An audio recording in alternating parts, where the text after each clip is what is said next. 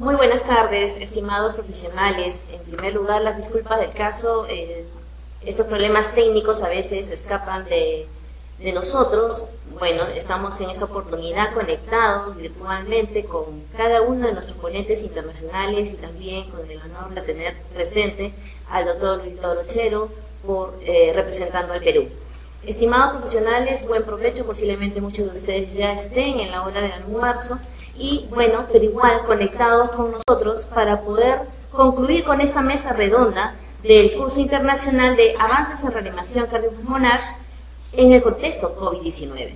Agradecemos la participación en este momento con la licenciada Mariana Navarro, que representa a Argentina. Tenemos dos representantes de Ecuador, al doctor Patricio Reyes y al licenciado Jaime Castellanos. Y también tenemos con nosotros al doctor Diego Grajales, representando a Venezuela. Muchas gracias por esta disponibilidad y estar en contacto. Como sabemos, les vamos a dar 10 minutos a cada uno de ustedes para que nos puedan conversar o comentar todos los aspectos innovadores de sus países, las experiencias propias. Y por ello tenemos que empezar con nuestra primera ponente internacional. Licenciada Mariana Navarro, tiene usted 10 minutos para hablarnos un poco de la experiencia de todo este contexto de COVID-19 en su país, Argentina. Le damos la bienvenida nuevamente y le damos el pase para el audio. Bueno, muchas gracias por esta reunión entre colegas, entre personas tan formadas, capacitadas, de las cuales estoy orgullosa de participar. Y bueno, mi experiencia aquí en Argentina ha sido una experiencia que se ha tomado con muchas precauciones. La verdad que puedo decir sin ninguna afinidad a algún partido político en especial, pero creo que la decisión de nuestro presidente en mantener una cuarentena estricta en los primeros tiempos para ganarle tiempo al sistema sanitario, a que tenga los recursos, el equipamiento y los recursos disponibles para el momento en que las UTIs necesiten un número importante de camas y que no se provoque en nuestro país la saturación de los servicios de emergencias, como así también la saturación de los servicios de terapia intensiva. Y en este sentido, no solamente la importancia de la cama propiamente dicho o el espacio donde vamos a ubicar a ese paciente, sino también el cuidado al profesional, realizando procedimientos que sean con seguridad y cuidado en ese profesional que está trabajando expuesto y que a su vez puede tener otro segundo empleo. Eso generaría más riesgo de contagio y es lo que se ve que hoy en nuestra actualidad un importante número de profesionales de la salud no solamente ha fallecido a causa de esta pandemia, lamentablemente y con mucha pena, lo veo muy de cerca, sino que también tenemos muchos contagiados y a su vez contagiaron a muchos de sus colegas, como así también pueden ser también contagios a los propios pacientes a los que brindan cuidados, porque como ya sabemos, el COVID puede manifestarse sin ningún síntoma y la persona cursarlo asintomática, pero sin embargo estar contagiado. Justamente en la capacitación que me tocó en el tema, de la realización de una asistencia ventricular mecánica con membrana oxigenadora, las guías la verdad que recomiendan que solamente en este contexto de COVID, si bien las guías avalaban el uso inmediato de esta asistencia en los primeros minutos de la parada cardíaca, hoy por hoy las contraindicaciones absolutas o relativas ya terminan siendo totalmente únicas. ¿Por qué? Porque no podemos asistir a un paciente con este tipo de tecnología, no solamente por el grado de gasto sanitario, económico, sino también por el requerimiento del recurso humano y espacio físico que necesitaría. Es más, para decirle parada cardiorrespiratoria, es más razonable, según las guías, dar prioridad a aquellos pacientes jóvenes y con menos comorbilidades que puedan limitar su pronóstico, ¿no? Hablando justamente de que el COVID tiene un gran número de riesgos y personas con riesgo, y bueno, en ese caso tenemos que ver qué conducta seguir. En Argentina no tenemos centros especializados en ECMO, eso también nos hablan las guías, la importancia de mantener, podemos tener profesionales que estén certificados en otros países, pero no sirve tener un profesional dentro de un servicio cuando no tenemos un equipo. Y esa es la importancia del trabajo como lo que estamos haciendo hoy, una reunión multidisciplinaria con diferentes criterios y trabajando en conjunto para mejorar las evoluciones de nuestros pacientes y las decisiones al momento de elegir un tratamiento específico. Así que bueno, gracias por este espacio. La verdad que el ECMO es una decisión muy difícil posterior a la parada cardíaca, no solamente por las técnicas de reanimación, sino también por los gastos económicos que resulta la canulación, los equipos. Nosotros nos encontramos en un estado actual de economía pública bastante importante, como ustedes sabrán, no son las mejores condiciones. Sin embargo, el gobierno afrontó todos los gastos sanitarios, muchos repatriados que fueron incluidos y traídos a nuestro país y que aún se encuentran en aislamiento, ¿sí?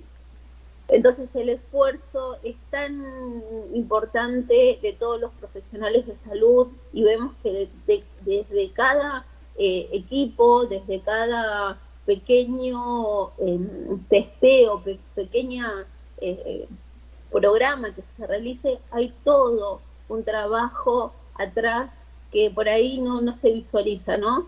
Pero que está permanentemente, como por ejemplo las promotoras en salud, personal de voluntariados de diferentes universidades públicas, que se pusieron al hombro la lucha y hacerle frente a esta pandemia con el fin de cuidar a su pueblo y cuidar a sus familias como así también a sus compañeros. Bueno, gracias a todos, creo que he cumplido con el horario y la verdad que estoy muy orgullosa, si bien estoy muy agotada, porque estamos con mucha sobrecarga de horarios por muchos contagios de nuestros compañeros, pero sé que podemos y que seguir comunicándonos. Yo he tenido muchas dudas y he mandado un mensaje a Jaime y le digo, ¿y ustedes cómo hicieron en su país? Y he hablado con otros colegas de otros países, ¿y ustedes cómo hicieron? ¿Qué utilizaron? Porque todos teníamos muchas dudas, y bueno, hasta que logramos coincidir, y bueno, acá nos encontramos, ¿no?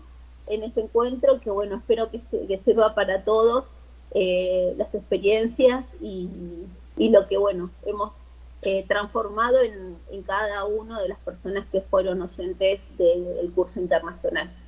Un beso y millones de gracias, los quiero mucho, Perú, es parte de mi corazón y les agradezco por esta participación, Anita. Muchas gracias, licenciada Mariana, por toda esa experiencia tan rica desde el primer nivel que usted tiene, ¿no? O sea, desde la primera línea, porque usted está directamente con los pacientes más críticos, porque su especialidad también es eso, y también es en cardiología.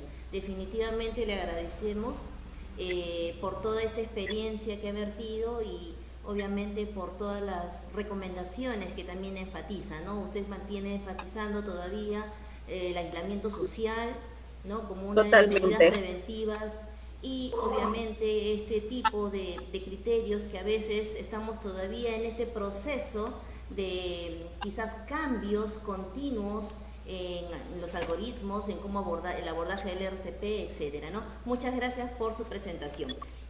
Muchas gracias. Muchas gracias. Y con nosotros tenemos al doctor Patricio Reyes, él representa a Ecuador. Bienvenido, doctor Patricio Reyes. El audio, doctor.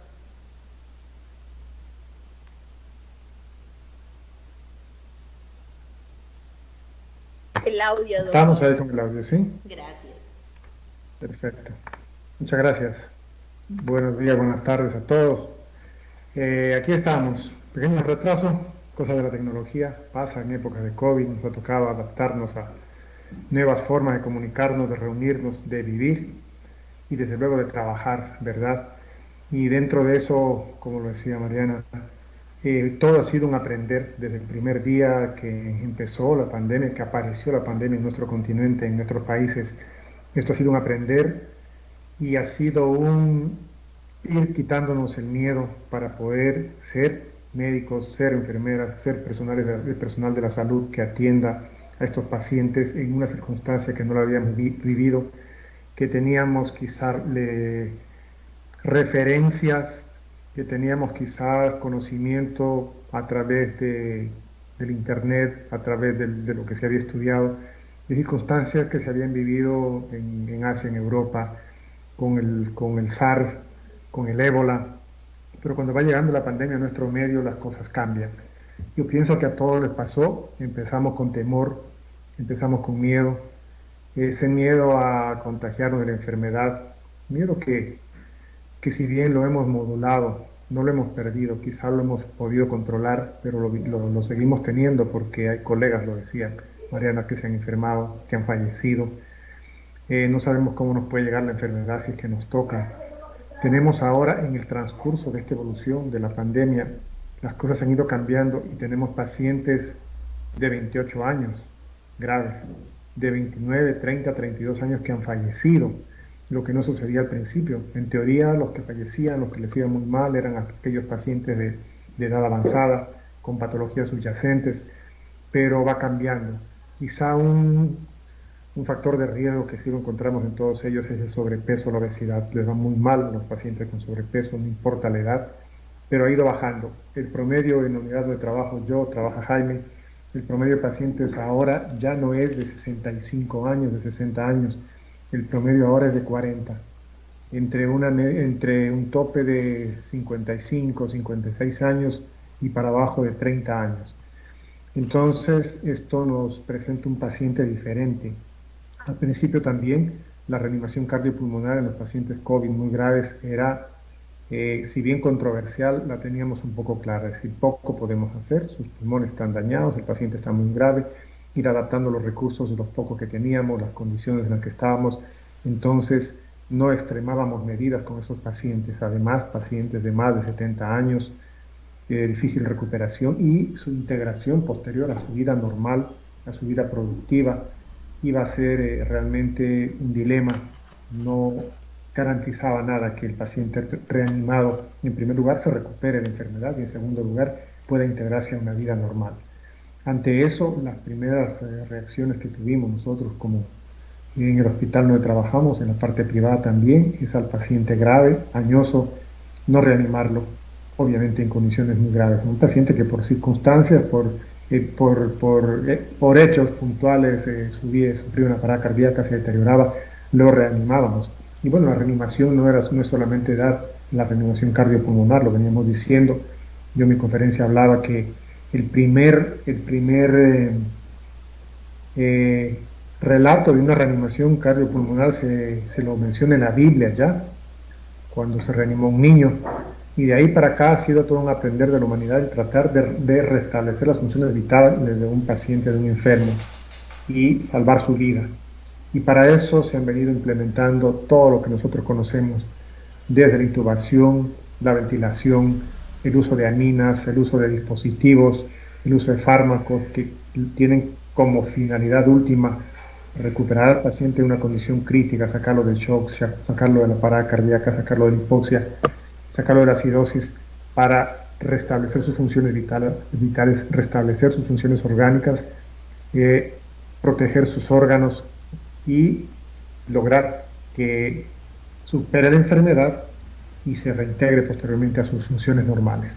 Y entonces empieza a aparecer posteriormente los conflictos que la bioética nos los pone. En una pandemia, aún fuera de la pandemia, les deberá pasar a ustedes. En países como el nuestro, las limitaciones de personal, de recursos, de insumos, son grandes. Trabajamos con las justas, trabajamos en el límite, tenemos que inventar, A veces esa medicina en la que se reanima con ECMO, en la que se pone un balón de contrapulsación, en la que se hace seguimiento tomográfico día a día de la evolución de los pulmones de los pacientes, termina siendo un poco ficción, un poco para conocimiento, pero no para aplicarlo en la práctica. Entonces, en las pandemias, esos escasos recursos que tenemos se ven desbordados. Ningún país estuvo preparado, está claro. Hay quienes lo han enfrentado de mejor manera, han permitido que en ese lapso del encierro total la salud pueda tener los recursos adecuados para enfrentar todo lo que se venía. Unos lo han logrado, otros no lo han logrado. Nosotros difícilmente, difícilmente. Entonces, en cualquier pandemia, siempre la demanda de los servicios de salud van a ser superiores a la oferta de lo que podamos tener para los pacientes. Y mientras más grave sea la pandemia, mientras más letal sea la misma, más necesidad de equipos especiales, de unidades de cuidados intensivos, de personal especializado vamos a atender para poder recuperar, evitar que el paciente se agrave, evitar que muera y recuperar. Entonces, eso lo hemos vivido nosotros y empieza el dilema ético. ¿Qué paciente vamos a recuperar? ¿Qué paciente vamos a ingresar a UCI? La reanimación no viene solamente al momento que hace la parada cardíaca el paciente, viene quizás desde emergencia, viene desde la selección del propio paciente cuando llega a un hospital y le dicen siéntese aquí, tenga esta mascarilla de oxígeno y espere sentado en esa silla. Más luego le conseguiremos una cama para que se acueste y después veremos si puede ingresar a cuidados intensivos. Entonces, ¿quién ingresa a cuidados intensivos? Desde allí, desde la sala de emergencia.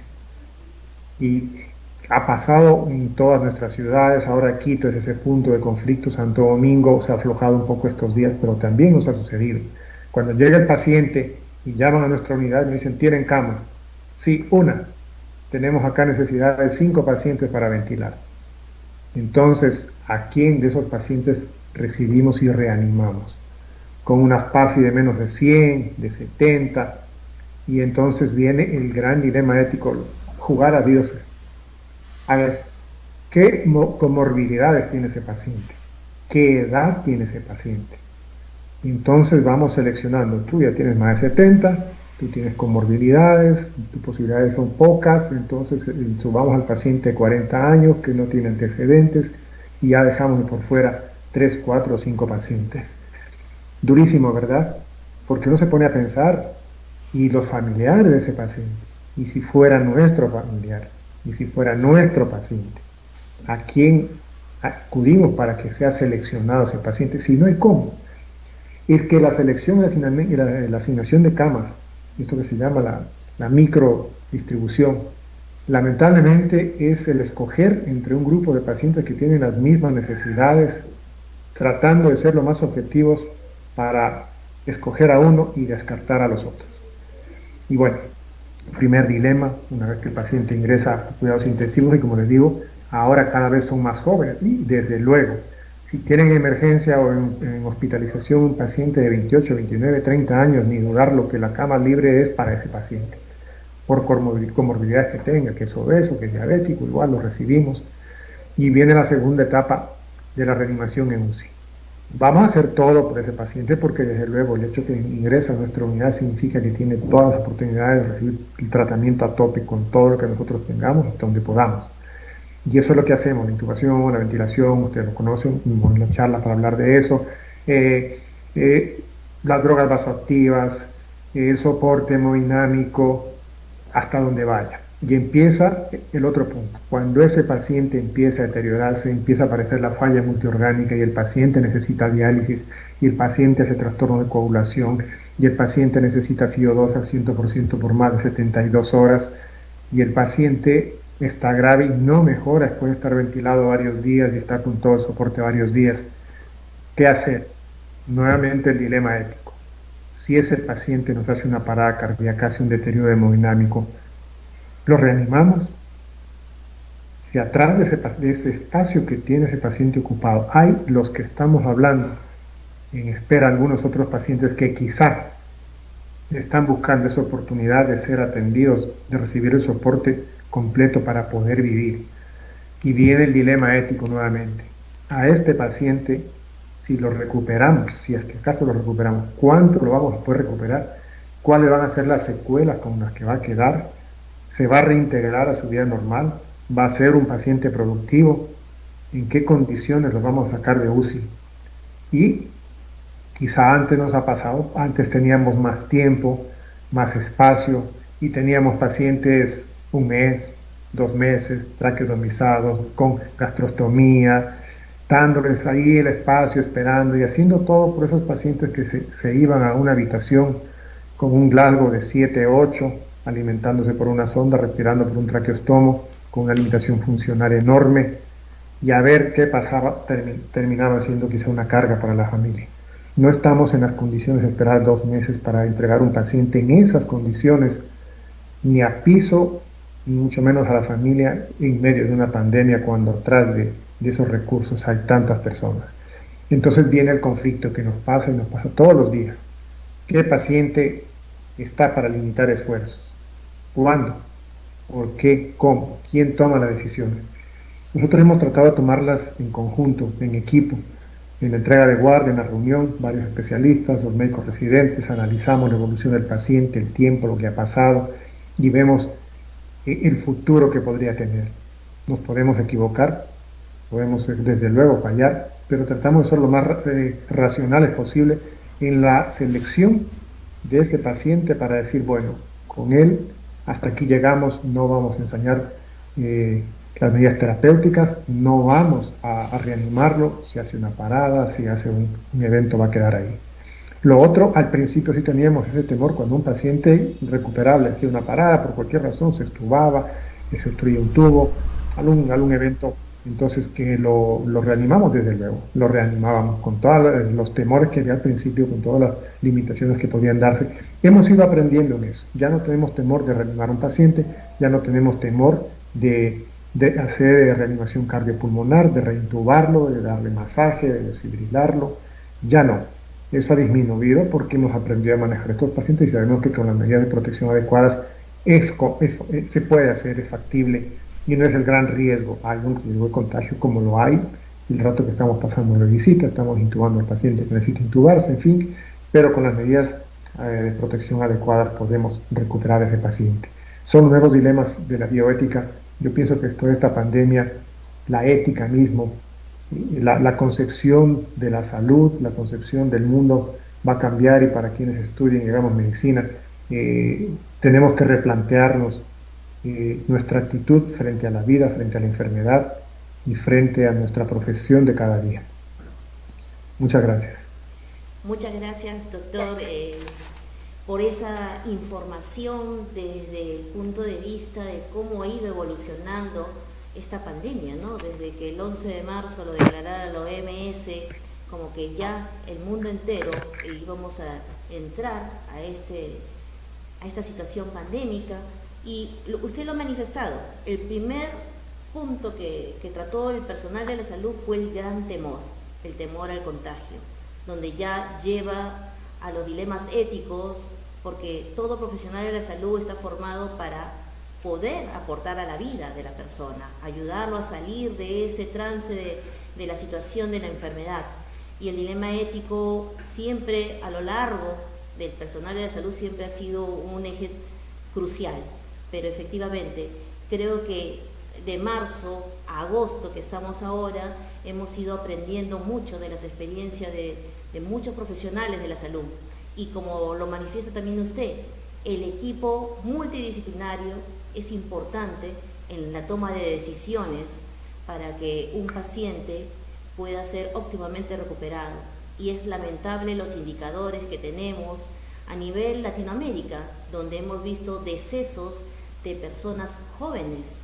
La experiencia en otros países nos indicaba que solamente el adulto mayor era proclive posiblemente a consideraciones de situaciones graves, pero la situación nos ha enseñado que lamentablemente muchos jóvenes con comorbilidades, como uno de los grandes detalles que usted también menciona, el sobrepeso, ¿no? El sobrepeso ha jugado un factor muy negativo en esta posibilidad de pronta recuperación de nuestros pacientes. Muchas gracias, doctor Patricio Reyes, desde Ecuador. Y ahora le damos el pase al doctor Diego Grajales, desde Venezuela. Él nos comparte las experiencias en todo lo que es el entorno de todo lo que vivimos en la pandemia COVID-19, en la reanimación, en los pacientes críticos. Bienvenido, doctor Diego Grajales. Hola, buenas tardes, saludos a todos, muchas gracias una vez más por la invitación y obviamente a todos los que hacen parte de este evento, sobre todo los asistentes, que son la razón de ser de este tipo de actividades. Complacido de compartir la experiencia de cada uno de ustedes. Creo que ha sido un aprendizaje muy importante, tanto profesional como personal para todos nosotros.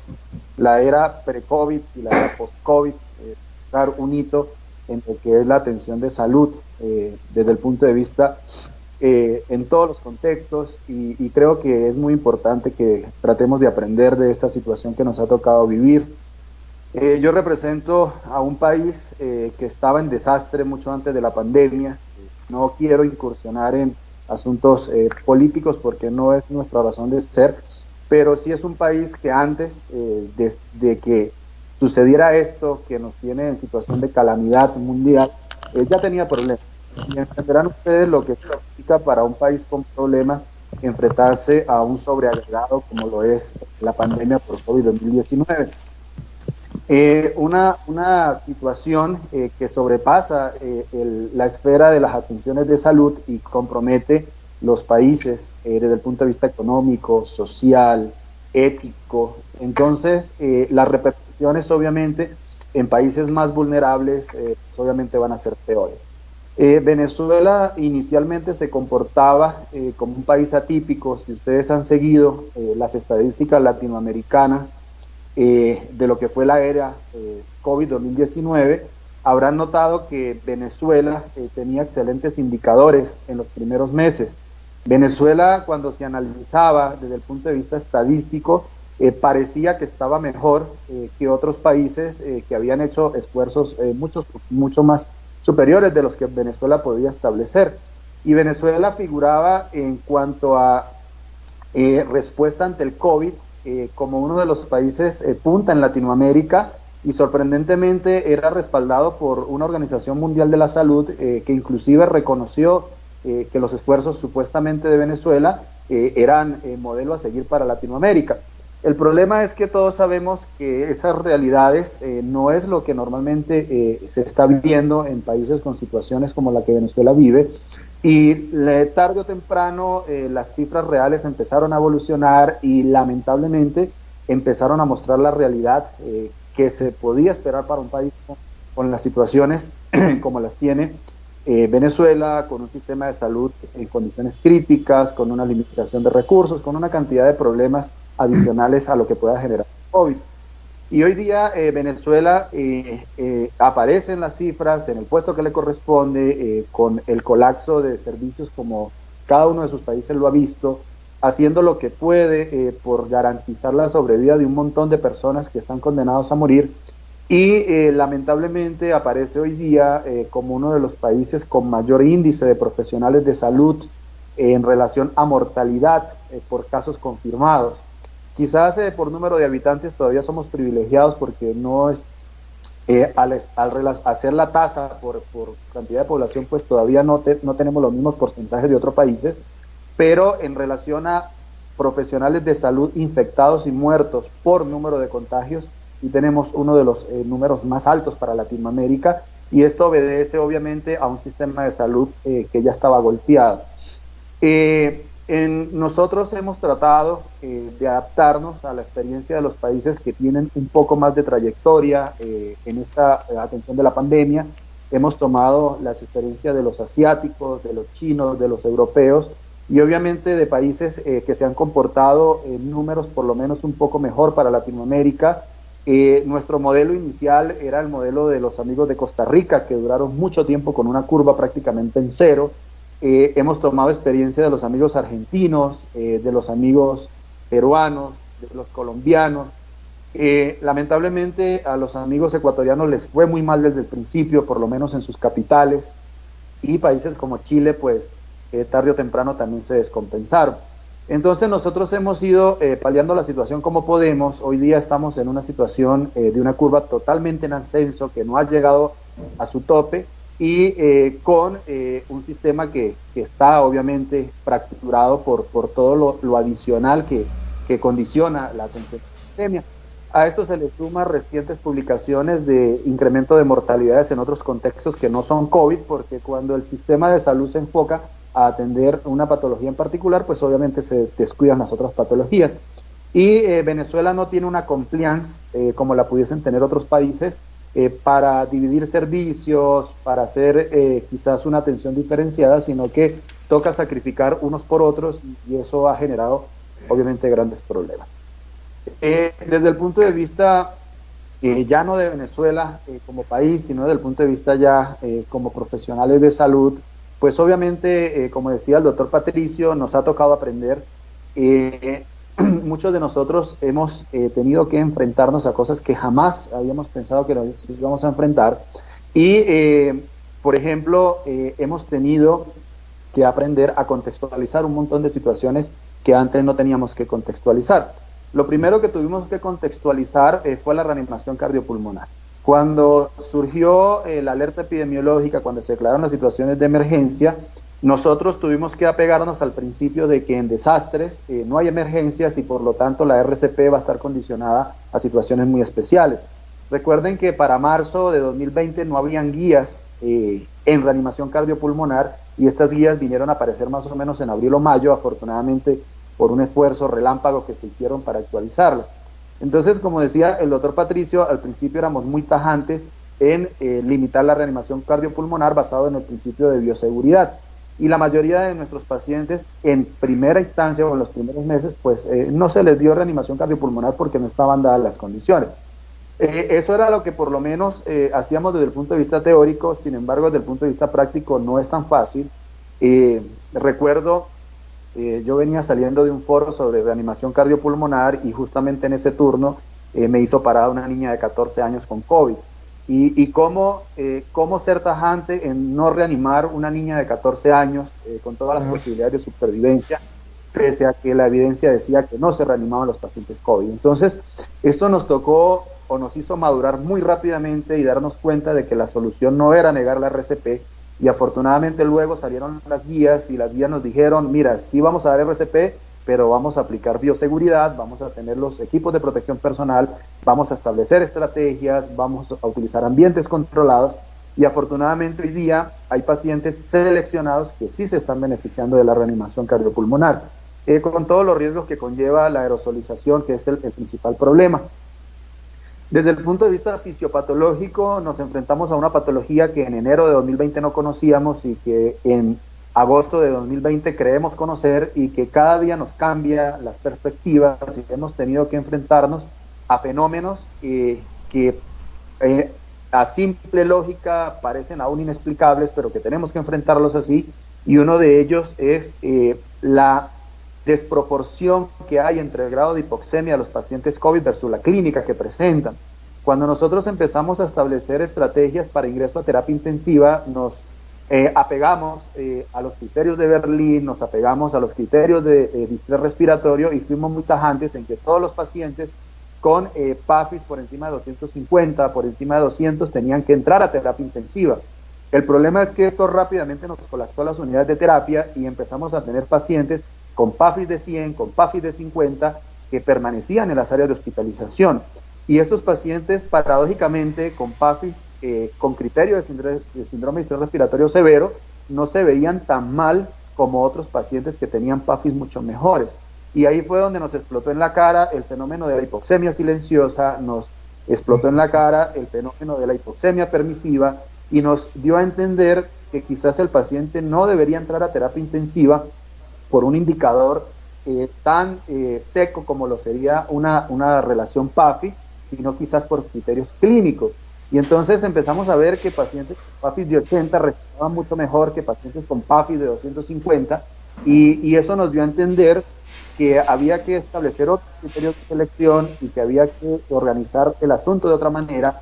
Y también, como decía el doctor Patricio, que nos tocó ser un poquito más flexibles con el manejo y las estrategias de soporte en los pacientes dentro de las unidades, porque ya no nos podíamos dar el lujo de extubarlos y monitorizarlos por 72 horas, o de tener metas tan ambiciosas de presiones parciales de oxígeno, y empezaron a salir publicaciones, como les comento, de hipoxemia permisiva y quizás de pacientes que con unas metas no tan altas de saturación de oxígeno podían quizás egresar de las unidades de terapia intensiva para darle ingreso a otros pacientes.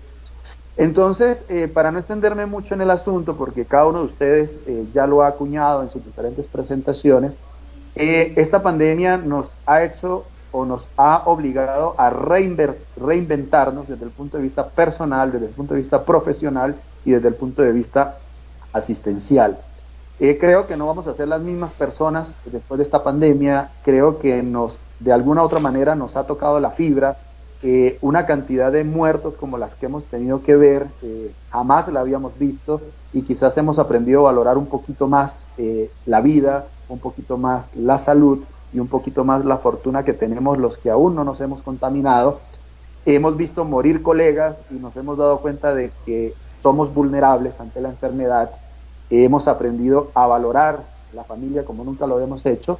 Y quizás desde el punto de vista académico, esta pandemia nos ha enseñado que no nos lo sabíamos todo, que todos los días tenemos que aprender y que tenemos de vez en cuando que mirar hacia atrás y pensar que todo el camino que hemos recorrido es la mejor estrategia que tenemos para planificarnos un futuro.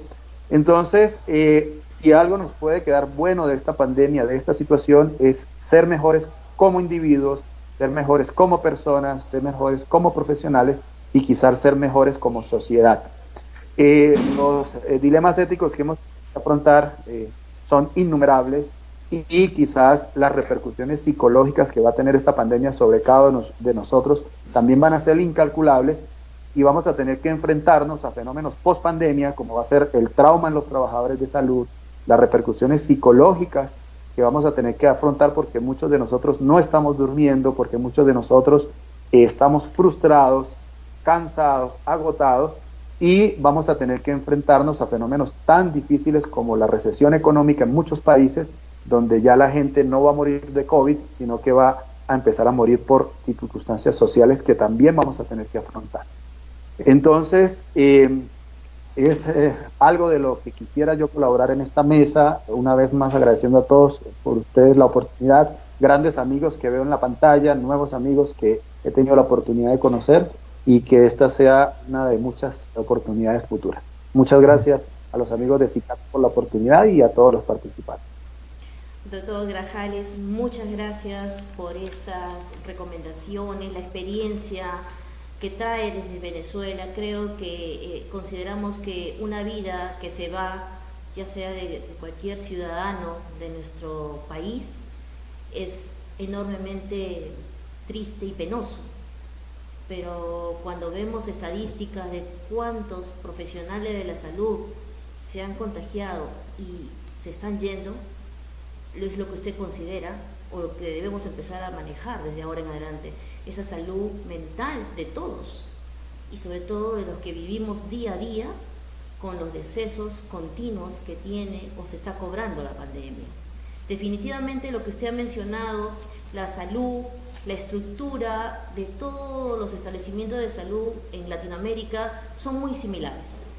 Algunos quizás posiblemente no se ha hecho la inversión económica que debió darse, porque uno de los grandes pilares de cualquier sociedad siempre va a ser salud y educación. Entonces, definitivamente aprendamos lo que usted nos ha dicho, aprendamos a ser mejores cada día. Esperemos que esta pandemia traiga como un fruto una mejor sociedad.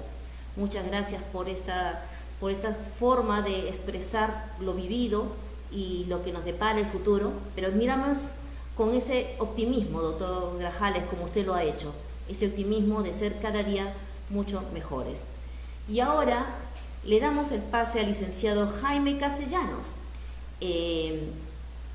Licenciado Jaime, usted muchos años en Venezuela también y ahora actualmente trabajando en Ecuador. Quizás usted tenga la experiencia de dos países hermanos y que en este momento nos dé toda esta experiencia que usted vive día a día en la unidad de intensivos. Adelante, licenciado Jaime Castellanos.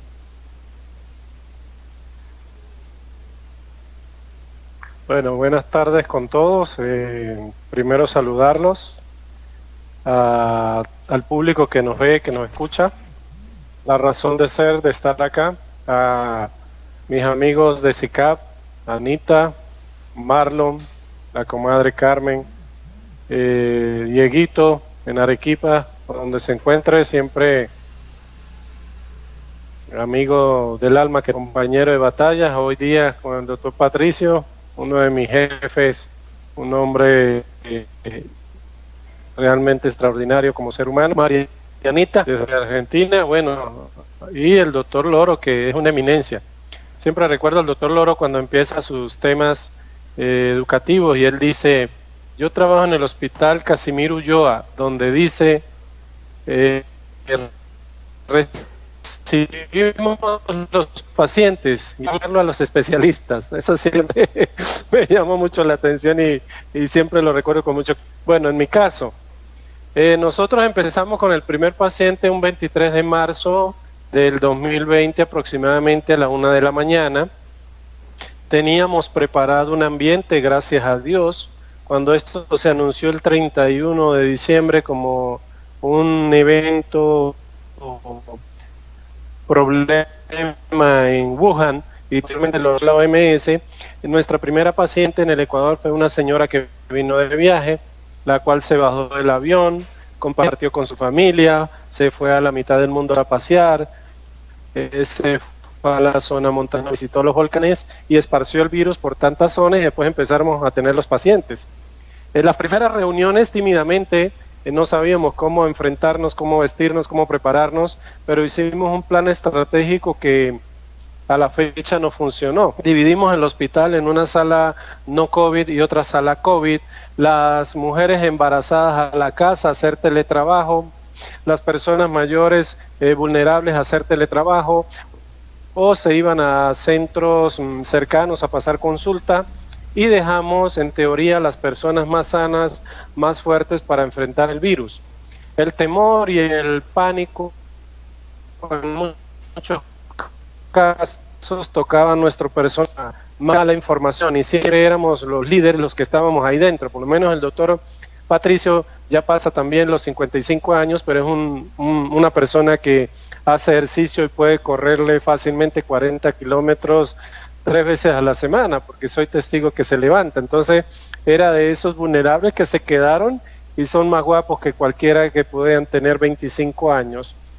Enfermeras que lloraban por ingresar a la sala, pero con el apoyo nuestro, yo era uno que me vestía y daba el ejemplo, ingresaba, y siempre fui precursor de que esos pacientes había que tratarlos por igualito como tratar un paciente tuberculoso o aquellos que producían infecciones por gotículas. Entonces había que hacer el aislamiento respiratorio, haciendo énfasis en lo que es el lavado de manos, el desecho de aquellos equipos de protección personal que se utilizaran con esos pacientes, tratar de ubicar esos pacientes en aislamiento de corte, es decir, todos aquellos que tuviesen el mismo problema, aislarlos de los otros, que un enfermero se encargara única y exclusiva de esos pacientes y que los otros pacientes fueran atendidos por enfermeros, evidentemente, que no fueran a tener contactos con los otros. Eso nos permitió ir creciendo e inicialmente empezar con 8 camas, llegar a 9, 10, 11, 12 y hoy día hasta 14 camas en terapia intensiva con COVID. También celebramos con mucha alegría, cerca del día 17, egresó nuestro primer paciente de la sala en silla de ruedas a la sala de medicina interna, y eso nos empezó a motivar: sí se puede combatir, sí se puede luchar contra esta pandemia. Seguimos e instalamos, por lo menos a la entrada de la sala de terapia intensiva, simuladores de reanimación, hacíamos la práctica de intubación, el manejo de la vía aérea, la disminución de los aerosoles, el uso de la cajita Aerosol Box, y era un entrenamiento continuo. Se transformó la unidad y la revista se pasaba previamente con todos los informes tomográficos, radiológicos y del laboratorio del paciente antes de ingresar a la sala. Nuestras enfermeras en un principio usaron por pocas jornadas pañales desechables, porque eran jornadas estaciantes largas de trabajo. Posterior, aproximadamente 5 horas en sala, descansando 7 horas con intervalos o pausas activas. Posteriormente, en la medida en que se le fue perdiendo el temor a tratar a estos pacientes, porque sabíamos que la protección principal era cubrir las mucosas, cubrir la vía respiratoria, usar las gafas, el visor, el respirador N95, que rápidamente desapareció del mercado y empezaron a aparecer híbridos de los FPP2 y los FPP3 chinos, en todos los casos, incluso fabricados en algunos lados con impresoras 3D. Eso empezó también a llegar estos insumos y considerarse, digamos, de alta peligrosidad.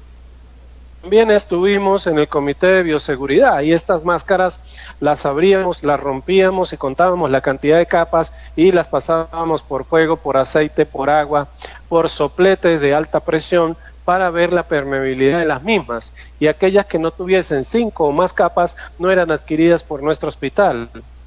Nuestros primeros sanitarios contagiados ocurrieron a los 2 meses de la pandemia, pero casualmente coincidió con el cambio de mascarilla, y eso tiene que ver mucho. Nos llegaron máscaras quizás de procedencia dudosa, sin las certificaciones internacionales adecuadas, porque bien es cierto que a un papel le cabe todo, pero la realidad era otra. Asimismo, se intensificó la campaña de prevención para empezar a hacer pesquisas en el personal sanitario. A la fecha yo llevo más de 6 pruebas rápidas y 2 hisopados, estoy sano, gracias a Dios, y lo único que he hecho es no tocarme la cara, lavarme las manos frecuentemente, usar los respiradores que tenga que usar cuando estoy fuera, cuando estoy dentro, y sobre todo mucha prevención. Quizás mañana pueda que me aparezca la enfermera, pero hasta el día de hoy, al igual que el doctor Patricio, hemos estado, como dicen, con los pies bien puestos. Hemos aprendido también que lamentablemente dentro de la sala, para tratar a los pacientes y darles reanimación, hay que colocar todo lo que es a la palestra los principios bioéticos de no maleficencia, justicia, autonomía y beneficencia. Pero en estos pacientes prevalece la no maleficencia, porque muchas veces al reanimarlos se hace encarnizamiento terapéutico, se prolonga la estadía en la sala, aumenta el costo, y esos 5 pacientes que dice el doctor Patricio que necesitaban sala de terapia intensiva no van a poder ser insertados ni ingresados. Lo otro también es que con mucha fuerza empezó a generarse evidencia, no sabemos si también bajo la influencia comercial, de las cánulas de alto flujo, y la gente empezó desesperadamente a buscar este tipo de instrumentos y a usarla en forma indiscriminada, e incluso los españoles recientemente están cuestionando a su director sanitario por el uso indiscriminado de las cánulas de alto flujo, que tampoco paró la altísima mortalidad. Entonces siempre hay que usar la evidencia científica, pero usarla con raciocinio, con ética y haciendo una buena selección de los pacientes. Aprendimos que esto no termina en diciembre, esto va a continuar. Ahora, como dice el doctor Reyes, se nos enferman las personas más jóvenes, pero generalmente son las que se creen más vulnerables, más fuertes. Las vemos en rumbas, en parrilladas, las vemos en desórdenes sociales que nos llama mucho la atención. También culpamos a las autoridades de cierta forma porque no han sacado el ejército a la calle para hacer los toques de queda respectivos que tendrían que hacerse. Y también criticamos a las autoridades porque muchos de los recursos que envió el Banco Mundial, la OMS, el Fondo Monetario Internacional, países amigos de Asia, de Europa y de Norteamérica, esos recursos no los hemos visto invertidos en nuestros hospitales, salvo excepciones. Realmente hay que seguir luchando, hay que seguir despierto y hay que seguir aprendiendo todos los días de que estamos en una época difícil para la humanidad, pero el hombre es un ser de costumbres y termina adaptándose a los retos que le toquen. De mi parte, pues, un abrazo grande para todos y no desfallezcan, cuídense mucho y mantengámonos siempre en alerta y con todas las medidas sanitarias y los equipos de protección personal de rigor. Un abrazo grande. Muchas gracias, licenciado Jaime Castellanos. Qué importante lo que ha enfatizado usted, preparación continua, estar altamente capacitados, porque de eso va a depender muchas veces cómo reaccionamos ante estas situaciones. En segundo lugar, la protección, los equipos de protección, qué valederos e importantes para protegernos y también para proteger a nuestros usuarios. Y además, este aporte increíble de lo que usted mencionaba, ¿no? Hemos ido aprendiendo y qué importantes es prever, no a la maleficencia, siempre al beneficio del paciente cuando se va a tomar una medida de hacer una reanimación y todo ello, ¿no? Muchas gracias, licenciado Jaime Castellanos. Y ahora le damos el pase a nuestro representante del Perú, al doctor Luis Lorochero.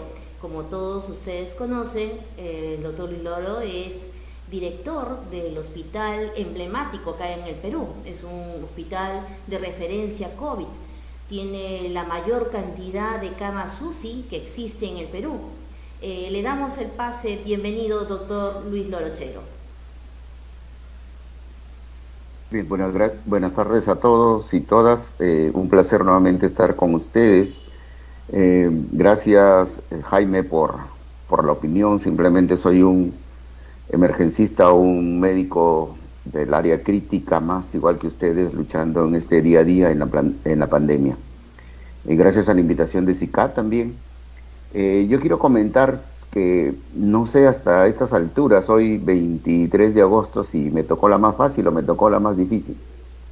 Desde los primeros días de marzo, por decisión del Ministerio de Salud, yo pertenecía ya al Comité de Expertos del Ministerio para el Manejo de la Pandemia, y luego viajamos a Colombia, a Cartagena de Indias, para asistir al Congreso Colombiano de Medicina de Emergencias, y allá nos cogió la designación como miembros de este comité. Pero el día 15 regresábamos a Lima y nos topamos con la cuarentena. Llegamos a las justas para poder entrar a nuestros domicilios.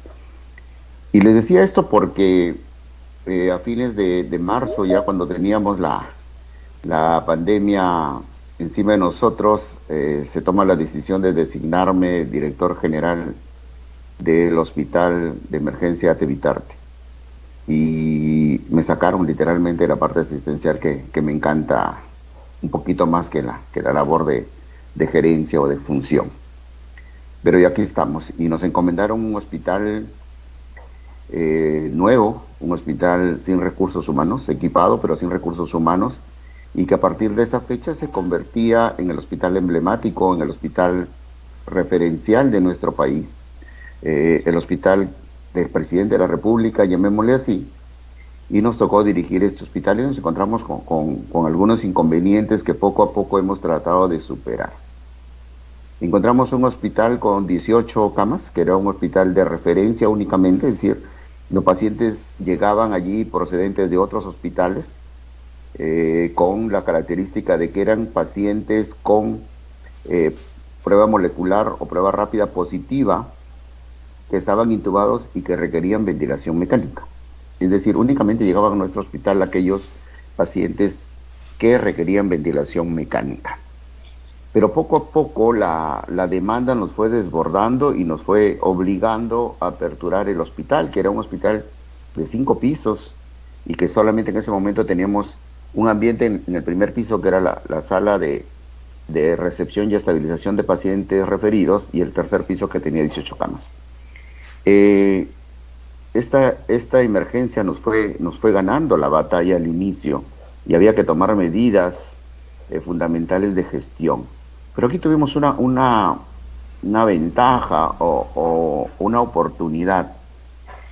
Teníamos el apoyo de las autoridades y teníamos presupuesto, de tal manera que nos abocamos a implementar nuestro hospital. Encontramos un hospital con un cilindro de oxígeno de 250 metros cúbicos, luego lo subimos a 500, luego a 3000, y en esos momentos tenemos un criotanque de 6000 metros cúbicos de oxígeno líquido, que nos da aproximadamente 20.000 metros cúbicos de oxígeno gaseoso, más 318 balones de oxígeno.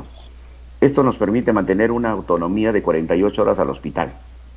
con los casi 400 pacientes que tenemos en la institución, de los cuales 100 pacientes son en ventilación mecánica. Además, el recurso humano tan difícil de conseguir en toda Latinoamérica y quizá en el mundo, también nos permitió esta gestión contar con ellos por varias razones. Uno, porque tuvimos un sueldo diferenciado, un sueldo que duplicaba el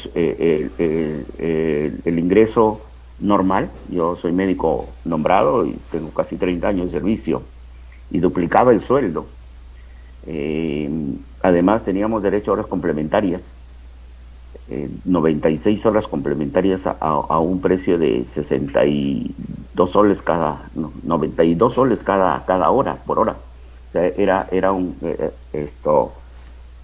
una posibilidad de trabajo bastante grande. Se nos permitió además bonos a los trabajadores del hospital. Se nos permitió contratar a residentes de tercer año y de cuarto año de medicina intensiva y de medicina de emergencias. Luego esto se amplió a anestesiólogos, neumólogos, cardiólogos.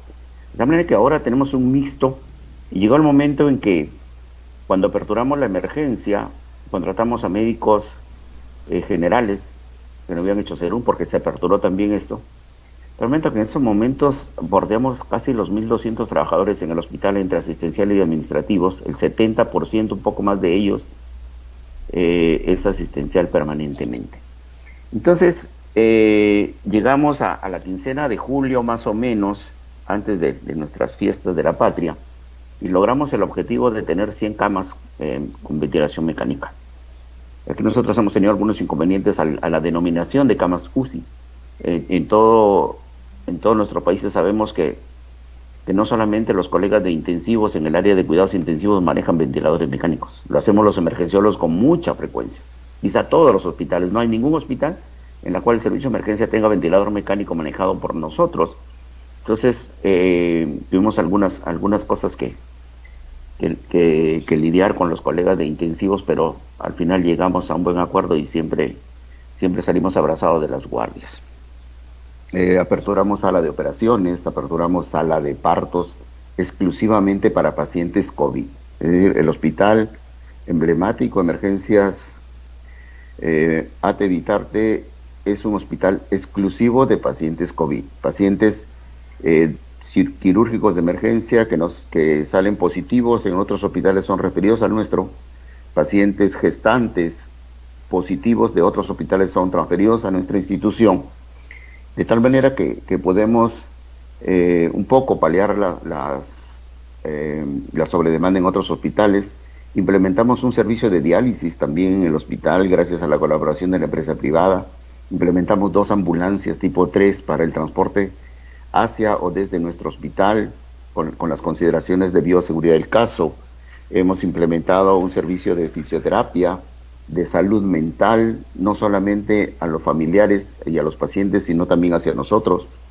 Abrimos la parte religiosa con párrocos o padres de la Iglesia Católica y con pastores de la Iglesia Evangélica. Tenemos un sistema de acompañamiento para los familiares de los pacientes fallecidos. Recuerden que aquí hemos roto muchas costumbres. Nosotros los peruanos somos muy pegados a tener a nuestros fallecidos en casa y rendirles honores y llevarlos con toda la familia y los amigos acompañando, y eso se rompió aquí. Tuvimos después un sistema de videollamadas, creo que fuimos los primeros en nuestro país en implementar un sistema de videollamadas. Ahora hacemos un responso vía virtual con los familiares de nuestros fallecidos y así vamos. De tal manera que tuvimos la suerte, no sé si la suerte o la benevolencia de nuestras autoridades al recibir una felicitación oficial del señor Presidente de la República en un mensaje a la Nación. Creo que eso nos llena de orgullo, pero nos compromete mucho más. ¿Qué esperamos entonces ahora? Esperamos que pronto nuestro hospital, el Hospital Emblemático COVID-19, se convierta en el Instituto Nacional de Medicina Crítica. Creo que eso va a ser un avance fundamental en esta necesidad permanente que tenemos de camas para pacientes en situación crítica, y eso vamos. comprometernos, hermanos y todos quienes nos escuchan el día de hoy, a seguir en esta lucha que es bastante dura. Nos ha tocado perder, a mí me tocó perder muy, muy de cerca, quizá no sea el momento, pero yo perdí a mi padre también en esta pandemia, pero aquí seguimos de pie y estamos atentos a todo lo que nos tenga que venir más adelante. Muchas gracias a todos, gracias por participar en esto y quedamos pendientes a las interrogantes, Anita. Muchas gracias, doctor Loro, por esta experiencia tan enriquecedora, tanto para el país como para nuestros hermanos que ahora nos acompañan de los diversos países, Argentina, Ecuador, Venezuela. Definitivamente todo el esfuerzo que se ha venido realizando en relación al recurso humano, porque no solamente basta tener pues la infraestructura, lo vital es el recurso humano, y todo el recurso humano en salud a nivel Perú, a nivel internacional, todo profesional de la salud se ha convertido en un héroe anónimo, definitivamente. Y consideramos que desde donde estemos, el agradecimiento eterno por el esfuerzo que vienen realizando cada uno de nuestros profesionales de salud, desde donde estemos, en la primera línea, en gestión, etcétera, ¿no? Definitivamente hay un esfuerzo encaminando por revertir todo lo que estamos viviendo para un mañana mucho mejor. Voy a aprovechar que los tengo a todos. Vamos a contestar algunas consultas que nos han ido realizando a través del chat.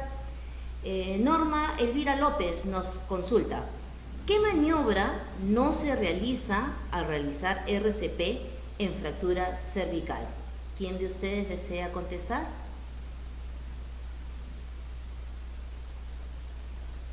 La pregunta es: ¿qué maniobra no se realiza al realizar RCP en fractura cervical? ¿Alguno de ustedes?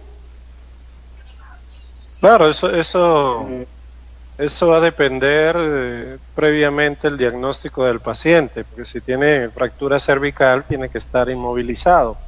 Si el paciente está inmovilizado debe tener un collarín. Si tiene un collarín, al momento de que presente la parada cardíaca también hay que valorar riesgo-beneficio, porque si un paciente con trauma raquimedular posiblemente tenga unas patologías adyacentes que lo hayan llevado al paro cardiorrespiratorio.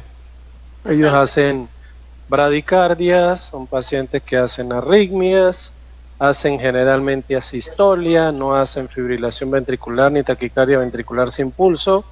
Igual esos pacientes hay que reanimarlos sobre una superficie rígida y siempre valorar riesgo-beneficio. La maniobra que no se debe hacer en estos pacientes evidentemente es tracción mandibular para el ajuste de la vía aérea. Hay que fijar la cabeza a la cama para que el operador coloque el dispositivo de vía aérea. Generalmente se recomienda usar videolaringoscopio. Donde no hay videolaringoscopio, toca el laringoscopio convencional o usar un McCoy o lo que tengamos a la mano, pero siempre protegiendo la vía aérea cervical. Entonces no es una limitante para hacer RCP, sino hay que valorar todos los acontecimientos previos y el pronóstico y riesgo-beneficio. Muchas gracias, licenciado. Sí, tenemos una segunda pregunta de Mariela Charito Valdivieso Trejo. Ella nos pregunta: pacientes con alta de COVID-19, con secuelas pulmonares, con dificultad respiratoria, ¿se pueden recuperar y hacer una vida normal? A ver, nuestros ponentes médicos. Mira, ese es un punto. ¿Me escuchan? Sí, doctor Grajales, adelante. Ya. Mira, ese es un punto que recién estamos nosotros empezando a entender y a pautar. Recuerda que hasta hace muy pocos meses la sobrevida de estos pacientes era muy poca y afortunadamente en los últimos meses y semanas hemos empezado a dar de alta con mucha más frecuencia pacientes por COVID. Sí, efectivamente, los pacientes que hacen neumonía moderada o severa quedan con cierto grado de repercusión pulmonar importante. Muchos de ellos están regresando ya con patología fibrótica post-COVID nosotros nos hemos apegado a lo que es la fisioterapia respiratoria, En esto nos están ayudando obviamente los amigos de fisioterapia de una manera muy importante y los amigos de neumonología, pero sí existe un porcentaje de pacientes, sobre todo los que han tenido una neumonía más grave, que quedan con cierto grado de compromiso pulmonar, de disminución de la capacidad funcional, con cierto grado de fibrosis, y ya es un fenómeno que vamos a tener que empezar a manejar ya en la fase de rehabilitación, porque cada vez van a ser mucho más frecuentes los pacientes que van a egresar y que probablemente van a necesitar cuidados post-hospitalización. Entonces ahí ya quizás los profesionales y las especialidades auxiliares van a ser muy importantes para todo lo que es las estrategias de rehabilitación para estos pacientes. Muy bien, doctor. ¿El doctor Patricio? Sí, bueno, lo que dice el colega es verdad. Estamos igual aprendiendo lo que va a pasar con estos pacientes a futuro, ¿no? Yo en la parte privada, más que en la parte institucional, pública, donde nuestro trabajo es allá en la unidad de cuidados intensivos, el paciente grave, crítico, pero en la consulta privada hemos podido hacer un seguimiento ya de varios centenares de pacientes de diferente grado de gravedad, y algunos tienen en efecto una fibrosis pulmonar, algunos ya tienen secuelas después de su enfermedad, otros quedan indemnes como nada, pero yo pienso que finalmente después de algunos meses, quizá un año o un poco más, vamos realmente a poder evaluar el porcentaje de pacientes con lesiones residuales, ¿no?, después de esta patología tan grave. Desde luego, tiene que ver con el estado de gravedad en el que ha estado un paciente. Esos pacientes que han estado en cuidados intensivos 8 semanas, 7 semanas, por infecciones bacterianas sobreañadidas, en fin, van a tener unas secuelas importantes. Muy bien, le damos el pase al doctor Luis Lorochero. Muchas gracias, doctor Patricio. Sí, yo comparto la opinión de los colegas. Estamos aprendiendo recién. Llevamos apenas 6 o 7 meses de manejo de pandemia. Y quería recordar ahora que yo tengo temor a que no tengamos un estado post-pandemia, que volvamos al estado pre-pandemia. Y eso va a ser muchísimo más peligroso. Nos vamos a olvidar de las mascarillas, nos vamos a olvidar de los guantes, y aquí el personal de salud tenemos que asumir nuestra responsabilidad. Las medidas de bioseguridad no han debido de cambiar con esta pandemia, no las hemos debido aprender con la pandemia. Hemos simplemente tenido que mantener las medidas de bioseguridad, las cuales estamos obligados a hacerlo con cualquier tipo de paciente, no solamente con los pacientes con tuberculosis o con VIH o con hepatitis, no. La medida de bioseguridad deben ser estándares de cuidado en todos nuestros pacientes. Segundo, yo me atreví a pensar alguna vez, y lo comentaba, de que estamos frente a un síndrome post-infarto. Eso es lo que estamos viviendo ahora. Así como a los pacientes post-infarto se les hace una prueba de esfuerzo, así vamos a tener que hacer nosotros ahora, una vez que pase toda esta tormenta. Los neumólogos van a tener bastante trabajo, los neumólogos y los fisioterapeutas respiratorios van a tener mucho trabajo.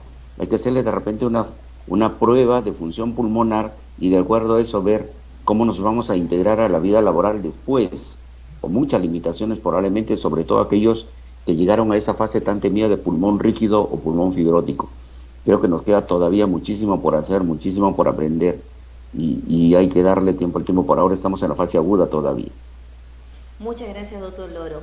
Y tenemos una consulta de Carmen Dueñas, que nos dice: en el ámbito prehospitalario, un rescatado que se encuentra con pulso pero no respira y no se cuenta con bolsa ni filtro, ¿se hace rescate ventilatorio en este contexto que vivimos de COVID?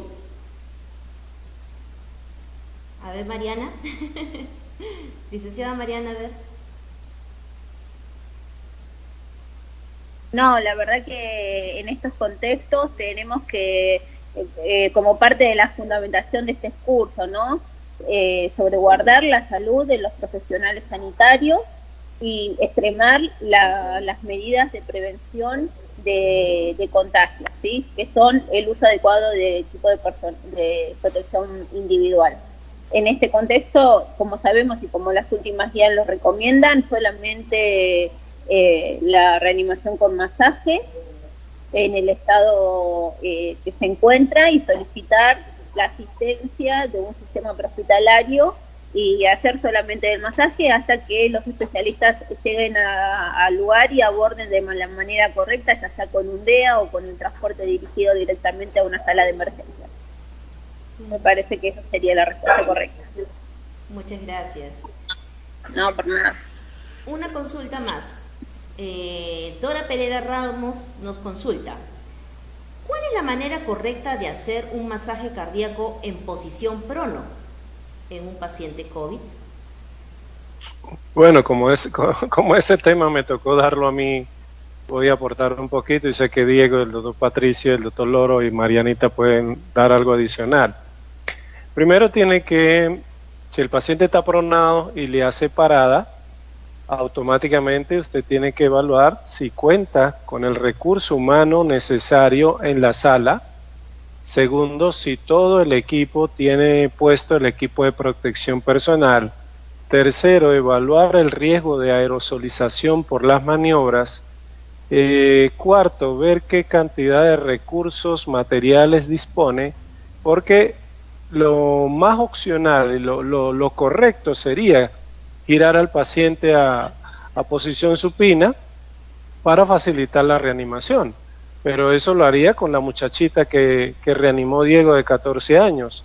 Ahora con un paciente de 70 con comorbilidades hay que iniciar el masaje desde la parte posterior a nivel de la línea media vertebral y las líneas interescapulares, dando compresiones, pasar el ventilador a modo presión porque no se desconecta para dar ambú, ponerle 10 respiraciones por minuto, limitar la presión controlada en 25-30 centímetros de agua e iniciar adrenalina tal cual envía el protocolo o desfibrilar si procede. Si hay los recursos, el personal y es un paciente recuperable, posiblemente si hacemos un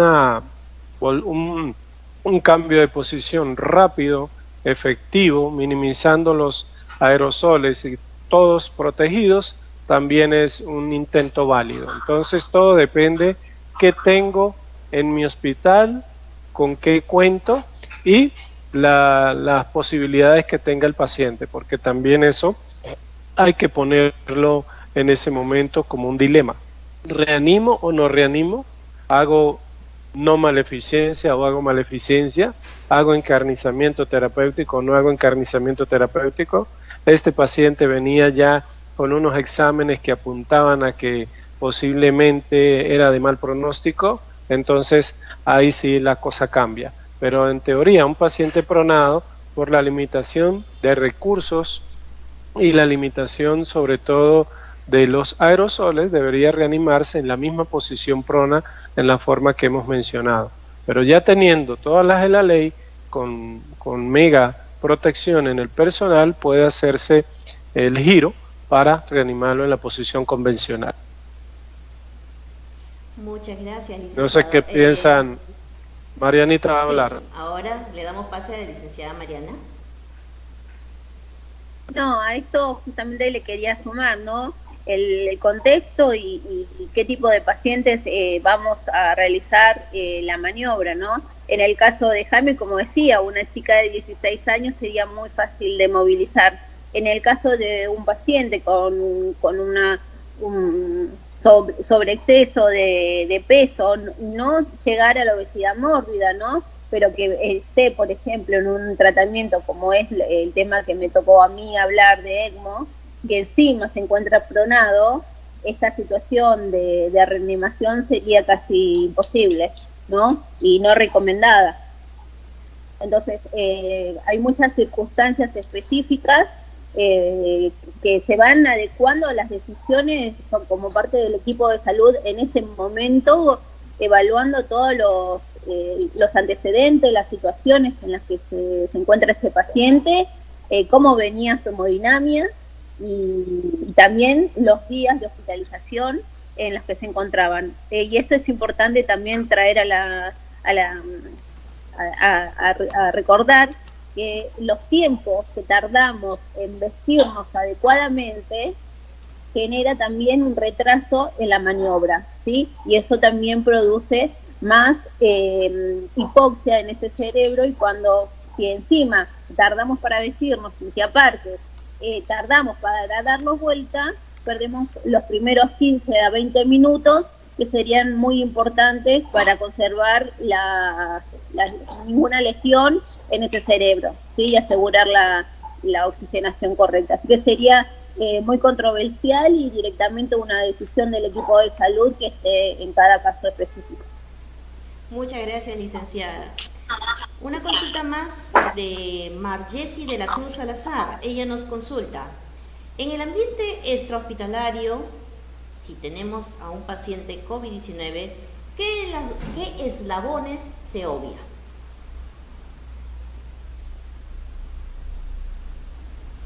¿Quién nos...?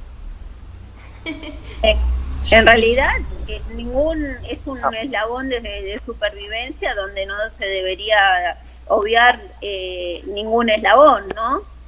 La verdad que todo paciente COVID requiere una evaluación en un triage adecuado, trasladar a ese paciente y ser evaluado en un ámbito hospitalario, y bueno, y ahí realizar los estudios de diagnóstico pertinentes y una evaluación clínica adecuada para decidir si corresponde a una internación en clínica o en un área general o directamente en un área específica de internación de cuidados críticos intensivos. No sé si los doctores coinciden, pero bueno, es mi visión de lo que nosotros estamos haciendo. Sí, bueno, yo quisiera aportar, si ustedes revisan las guías de reanimación que afortunadamente salieron en tiempo express, más que quitar eslabones, han adicionado algunos pasos previos antes de dar la reanimación. Jaime ya lo comentaba, hay un checklist o una serie de requisitos que se deben verificar antes de iniciar la reanimación y pasan por recuperabilidad, por recursos y por seguridad del profesional de salud. Entonces, más que restar eslabones, creo que hay unos pasos previos que hay que cumplir antes de poder activar la cadena de supervivencia. Obviamente en prehospitalario hay muy poca evidencia porque la mayoría de los pacientes COVID se están manejando intrahospitalariamente, por lo menos desde el punto de vista de reanimación, pero a nivel prehospitalario sí es fundamental la bioseguridad, sobre todo para el reanimador no profesional y como ya lo decía también la licenciada Mariana, para la reanimación extrahospitalaria, quizás lo que sí está claro es que desfibrilación es muy seguro para el reanimador y compresiones es relativamente seguro para el reanimador, por lo tanto estos pasos serían los pasos universales. Ya el manejo de la vía aérea dependería sí o sí de la bioseguridad, de la pericia del reanimador y de que estén dadas obviamente todas las condiciones para el manejo posparo de ese paciente. Muchas gracias por las intervenciones. Definitivamente son 3 días que hemos tenido la oportunidad de tenerlos a todos y cada uno de ustedes, así igual a muchos ponentes de nuestro país. Hay una última consulta que nos hacen, es en relación a cómo se realizaría una sala situacional ante el COVID-19. ¿Quién nos puede responder? ¿El doctor Loro? Que está con su manito todavía levantada, o nuestra licenciada Mariana. ¿Una qué? A ver. Dice, ¿qué cosa es? ¿Cómo se realiza una sala situacional ante el COVID-19? Eso es una pregunta de Lita Ríos del Águila. A ver, ¿puedo? Sí. ¿Puedo? A ver. Una de las cosas que a mí me parece inadecuada en el manejo de la información en crisis, y creo que esto, quienes manejamos emergencias masivas, desastres, hay un punto importante que es la información en crisis. Fíjense que hasta ahora seguimos discutiendo si el dióxido de cloro es bueno o es malo, y le seguimos dando espacio en los medios de comunicación, y algunas autoridades forman comisiones para evaluar si son buenos o son malos. Y eso se llama comunicación en crisis. Y creo que una de las cosas que hemos venido fallando, y que yo voy a terminar reclamando algo también al final, es informar cuántos muertos tenemos. Y toda la información es en base a muertos. Se nos murieron tantos, se nos murieron tantos. Y creo que debemos de cambiar ese enfoque en este cambio filosófico del positivismo, Debemos ir por el lado de cuántas personas hemos salvado y cómo hemos ido creciendo en el sentido positivo para que la gente vaya recuperando la confianza en el sector salud. Seguimos recibiendo críticas y críticas que los médicos o el personal de salud, enfermeras y técnicos. De tal manera que la sala situacional debe ir en ese sentido. ¿Cuántos casos positivos tenemos? La ratio de crecimiento entre casos positivos versus población, o ratio de casos positivos con pruebas tomadas y casos dados de alta. Diego nos decía que eso es importante. Estamos en esa etapa ya en los cuales los pacientes dados de alta superan a los que quedan hospitalizados, los que fallecen. Nosotros hemos tenido una paciente dada de alta de 103 años, y creo que es la más longeva, no sé si en nuestro país o en el mundo, pero es una de las más longevas en esta pandemia. De tal manera que la sala situacional debe cambiar. Ahí nos dicen cuántos casos positivos hay, cómo va la evolución y esto. Debemos darle un enfoque mucho más práctico de toma de decisiones, de análisis de información. Las salas situacionales muchas veces contienen información valiosa, muy valiosa, pero los tomadores de decisiones no los tomamos en cuenta. Y algunas veces tomamos las decisiones pero no evaluamos. En el famoso PDCA de los círculos de calidad. A veces no seguimos este mecanismo y seguimos viendo la sala situacional como una fotografía del momento. Y la sala situacional debe ser el momento mirando al futuro. Creo que por ahí debemos empezar, cambiando ese esquema frío de gráficos que a veces no entendemos, para cambiarlo por algo más dinámico. Las salas situacionales deben ser dinámicas, deben ser de crecimiento. Muchas gracias, doctor Loro. Muy bien, estimados profesionales, les agradezco muchísimo la presentación. Agradecemos a todos y cada uno de los que hasta este momento han estado con nosotros.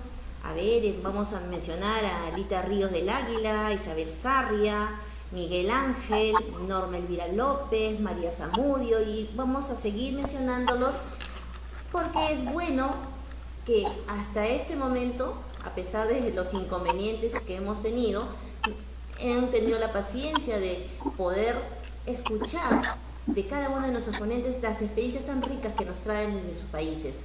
Rosa Victoria, Eduardo Cruz y muchos más. Vamos a dar pase ahora al doctor Luis Loro Chero, con el que vamos a concluir esta jornada, este curso internacional de los avances en RCP, ¿no? en esta situación de pandemia por COVID-19. Él, a nombre del Perú, va a agradecerle a cada uno de ustedes, al nombre de la Asociación Civil Oscar Treyes Montes, CICAT Salud. Quien le habla, soy la licenciada María Aguilar, también instructora. Los conozco a ustedes, conozco la trayectoria y ha sido un honor para mí compartir esta mesa redonda como moderadora. Les agradezco y le doy el pase al doctor Luis Loro Chero. Nuevamente, muy buenas tardes a todos y todas quienes nos acompañan en esta nueva etapa de capacitación. Es una nueva realidad. Muchos de nosotros hemos tenido que aprender, aparte de COVID-19, aprender a manejar las redes sociales, la misma computadora, y creo que hemos aprendido muchísimo. En primer lugar, agradecer a CICAT Salud por estar permanentemente en esta tarea de capacitarnos, agradecer a directos colegas y amigos que comparten la emoción de la atención del paciente crítico, a todos quienes hemos estado aquí. Con muchos de nosotros compartimos experiencias, compartimos auditorios, y creo que estamos en el mismo camino. Agradecerle a todos los participantes a esta convocatoria de reanimación cardiopulmonar en tiempos COVID. Recordemos, no nos vamos a cansar seguramente de dos principios. Uno, que en tiempos de transmisión comunitaria, pensar que todos son COVID hasta que no se demuestre lo contrario. Todos los pacientes tienen que ser enfocados en eso. Y segundo, lo que nos han enseñado siempre, seguridad en la escena. Seguridad para el reanimador y seguridad para el paciente. Así que nada más que decirles, agradecerles a todos, comprometer nuestro trabajo a seguir recuperando vidas. Recordemos que uno de los mensajes de la medicina de emergencia o la medicina crítica es salvar vidas, no contar muertos, es salvar vidas. Y en eso estamos. Muchas gracias a todos, a Diego, a Jaime, al doctor Patricio, a Mariana, quien tengo gusto de conocerla recién. Seguramente vamos a seguir compartiendo. Muchas gracias a todos, gracias nuevamente a CICAT, y así damos por terminado este curso de capacitación. Muchísimas gracias, un abrazo a todos. Muchas gracias por sus palabras de clausura a este magno evento, doctor Luis Loro. Y así como ustedes también saludamos desde aquí a todos y cada uno de nuestros ponentes. Doctor Luis Loro Chero, licenciado Jaime Castellanos, doctor Patricio Reyes, al licenciado Víctor Rodríguez, doctor Jefferson Caicedo, licenciada Mariana Navarro, doctor Diego Grajales, licenciada Amelia Malca, doctor Alberto Seminario, doctor Miguel Ángel Wendelay, doctor Manuel Palomino, licenciado Armando Gutiérrez. Muchas gracias a cada uno de ustedes y sobre todo esto que nos llevamos, que es seguir capacitándonos, porque realmente depende de nosotros los personales de salud que estamos aquí trabajando en la primera línea de atención, trabajando en la gestión, trabajando en cualquier ámbito que nos corresponde, pero siempre llevando un granito de arena y sobre todo este soporte que tenemos que tener. Como lo ha recalcado muy bien el doctor Loro y cada uno de ustedes, también ponentes internacionales, bioseguridad, protección para nosotros, protección para nuestros usuarios, definitivamente los valores éticos y estos dilemas éticos que ya no deberían ser dilemas, sino sencillamente ya tener que afrontar con mucho optimismo, con una visión como también nos ha compartido el doctor Grajales, licenciado Jaime, siempre aprendiendo mucho de todas esas experiencias. Marianita querida, muchas gracias desde Argentina que nos acompañas. Gracias a todos, muy buenas tardes. Feliz tarde y buen provecho. Muchas gracias. Buenas tardes, Hasta muchas luego. gracias. Chao.